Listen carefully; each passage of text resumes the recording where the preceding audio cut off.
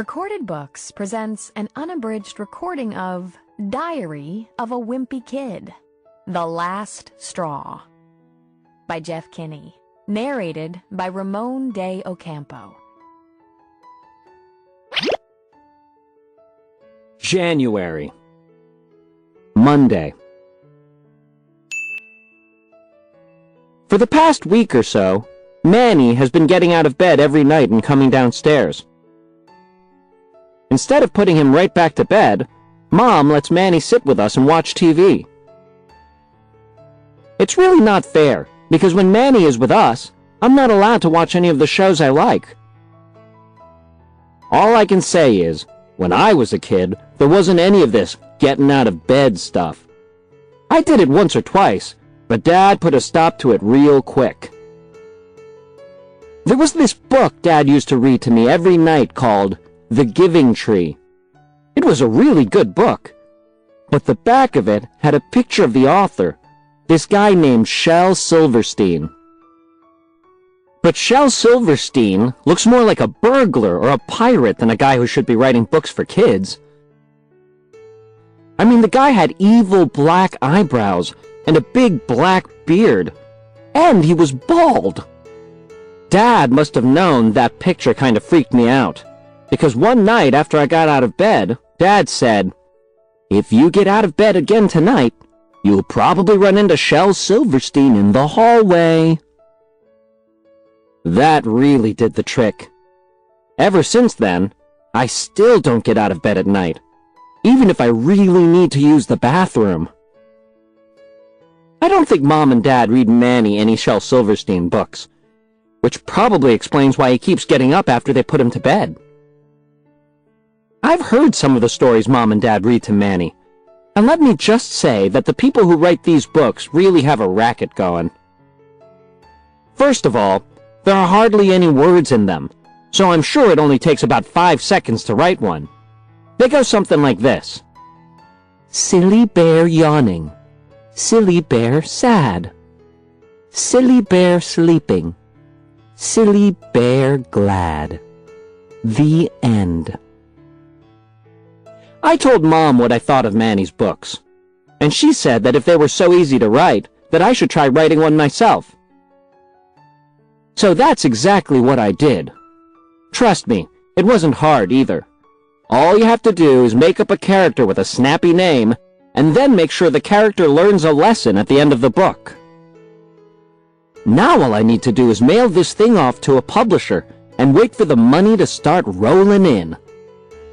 It's called Wise Up, Mr. Shropsharp by Greg Heffley. Once upon a time, there was this man named Mr. Shropsharp who thought all these crazy thoughts, such as, "I don't know much, but I do know one thing. Polar bears are some useless animals." One day, Mr. Shropsharp took a ride in his car. "Here I go." But then, he drove off a bridge. Oops! Later in the hospital, the doctor said, "Mr. Shropsharp, you would have drowned, but luckily, Tobuk the polar bear here was sitting on an iceberg, and he saved your life." And Mr. Shropsharp replied, "Before, I said polar bears are some useless animals, but now I can see that not every polar bear is so useless after all." The end. See what I mean? The only thing I noticed after I finished the book was that I forgot to make it rhyme. But the publisher is gonna have to pay me extra if they want that. January. Saturday. Well, after spending the last 2 weeks walking to school, I was really looking forward to kicking back and doing nothing for 2 days.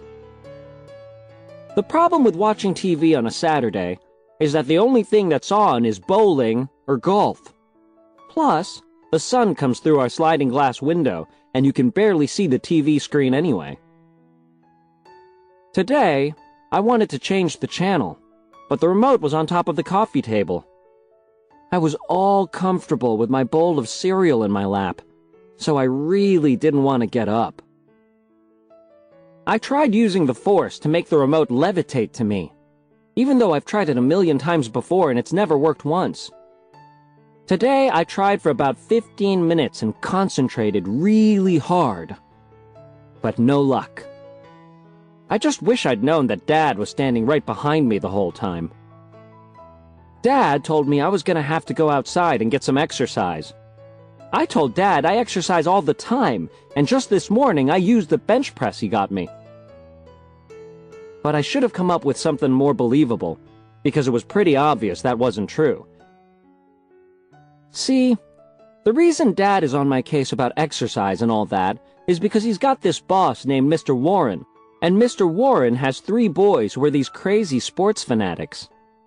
Dad sees the Warren kids outside in their front lawn every day on his way home from work when his carpool goes by their house.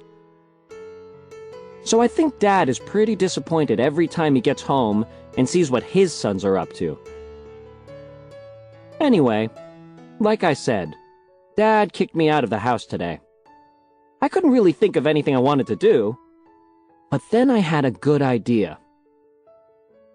Yesterday at lunch, Albert Sandy was telling everybody about this guy in China or Thailand or someplace who could jump 6 feet straight up in the air.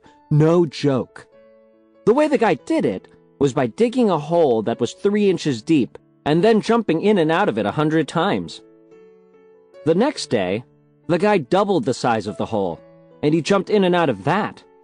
By the 5th day, he was practically like a kangaroo. Some of the guys at my table told Albert he was full of baloney, but what he was saying made a lot of sense to me.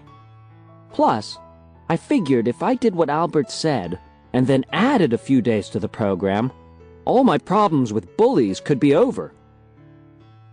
I got a shovel out of the garage and found a place in the front yard that looked like a good spot to dig. But before I could even get started, Mom came outside and asked me what I was up to. I told Mom I was just digging a hole, but of course she didn't like that idea. So she came up with about 20 reasons why I wasn't allowed to do it. Mom told me it was dangerous to dig in the yard because of underground electrical lines and sewage pipes and stuff. Then she made me promise up and down that I wouldn't dig any holes in our yard. So I promised. Mom went inside, but then she kept watching me out the window. I knew I was going to have to take my shovel and go dig a hole somewhere else, so I headed up to Rowley's house. I haven't been going up to Rowley's much lately, mostly because of Fragley. Fragley has been spending a lot of time in his front yard, and sure enough, that's where he was today. He asked me, "Does this scab smell funny to you?" Ugh. My new strategy with Fragley is to just avoid eye contact and keep walking, and it seemed to do the trick today. When I got to Rowley's, I told him my idea, and how the 2 of us would practically be ninjas if we stuck with this hole jumping program I planned out. But Rowley didn't seem so hot on the idea. He said his parents might get mad if we dug a 10-foot hole in his front yard without asking them, so he was gonna have to get permission first. Now, if there's one thing I know about Rowley's parents, it's that they never like my ideas. I told Rowley we could just cover the hole up with a tarp or a blanket or something and put some leaves on top of it, and his folks would never even find out. That seemed to convince him. Okay, so I admit that Rowley's parents might eventually find out, but that wouldn't be for at least 3 or 4 months. Me and Rowley found a good spot in the front yard to start digging, but we ran into a problem right away. The ground was pretty much frozen solid, and we could hardly even make a dent. I spent a few minutes trying before I handed the shovel over to Rowley. He couldn't really make any progress either, but I gave him an extra long turn so he could feel like he was contributing to the project. Rowley got a little bit further than I did, but when it started to get dark out, he gave up. I guess we'll have to take another crack at this thing tomorrow.